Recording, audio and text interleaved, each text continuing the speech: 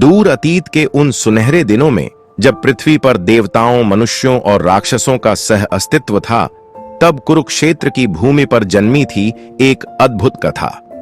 यह कहानी है घटोत्कच की, जो न केवल एक योद्धा था बल्कि एक ऐसा प्रतीक भी जिसने अपने बलिदान से इतिहास बदल दिया। महाभारत के 5 पांडवों में से भीमसेन अपनी अद्वितीय शक्ति और साहस के लिए प्रसिद्ध थे। जब पांडव वनवास में थे, तब एक दिन जंगल के भीतर भीम का सामना एक राक्षसी से हुआ। उसका नाम था हिडिंबा, जो अपने भाई हिडिंब के साथ जंगल में रहती थी। भीम ने अपनी अप्रतिम शक्ति से हिडिंब को परास्त कर दिया, लेकिन हिडिंबा, जो देखने में सुंदर और साहसी थी, भीम पर मोहित हो गई। हिडिंबा ने स्वयं भीमसेन के समक्ष विवाह का प्रस्ताव रखा। माता कुंती ने इस विवाह को अनुमति दी, लेकिन भीम ने एक शर्त रखी कि संतान के जन्म के बाद वह इस संबंध को समाप्त कर देगा। कुछ समय बाद हिडिंबा ने एक अद्भुत बालक को जन्म दिया। उसका मस्तक हाथी जैसा विशाल और शरीर केश शून्य था। इसी कारण उसका नाम रखा गया घटोत्कच। घटोत्कच में अपने माता पिता की विशेषताएं मिली। हिडिंबा से उसने मायावी शक्तियां और भीमसेन से साहस और पराक्रम प्राप्त किया।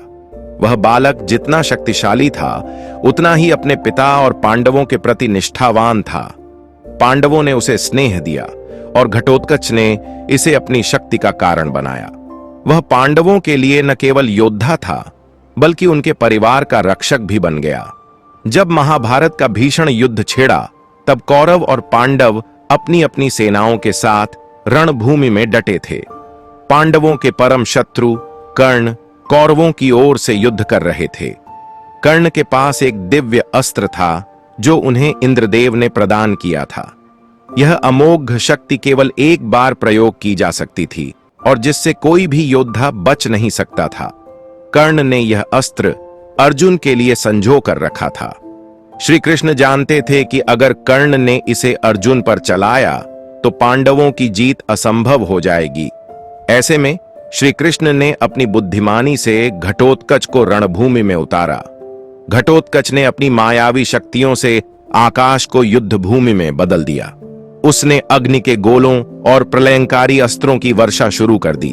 उसके मायावी रूप और शक्तियों से कौरव सेना त्राही त्राही कर उठी। दुर्योधन के योद्धा भयभीत होकर इधर उधर भागने लगे। घटोत्कच की शक्ति ने कर्ण को असमंजस में डाल दिया। उसे समझ आ गया कि यदि वह कुछ नहीं करेगा तो कौरव सेना नष्ट हो जाएगी। विवश होकर कर्ण ने अपनी दिव्य शक्ति का प्रयोग किया। जैसे ही वह अस्त्र घटोत्कच पर चला, आकाश में गर्जना हुई।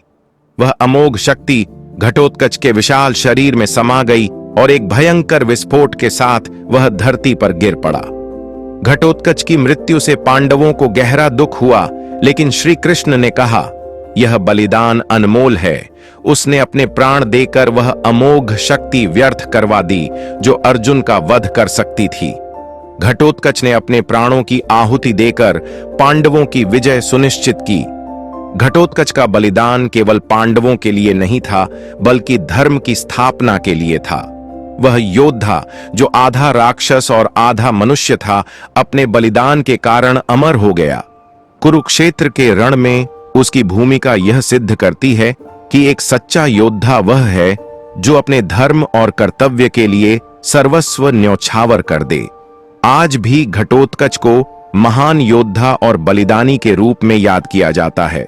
उसकी कथा हमें यह सिखाती है कि सच्ची वीरता और निष्ठा से बड़ा कोई गुण नहीं।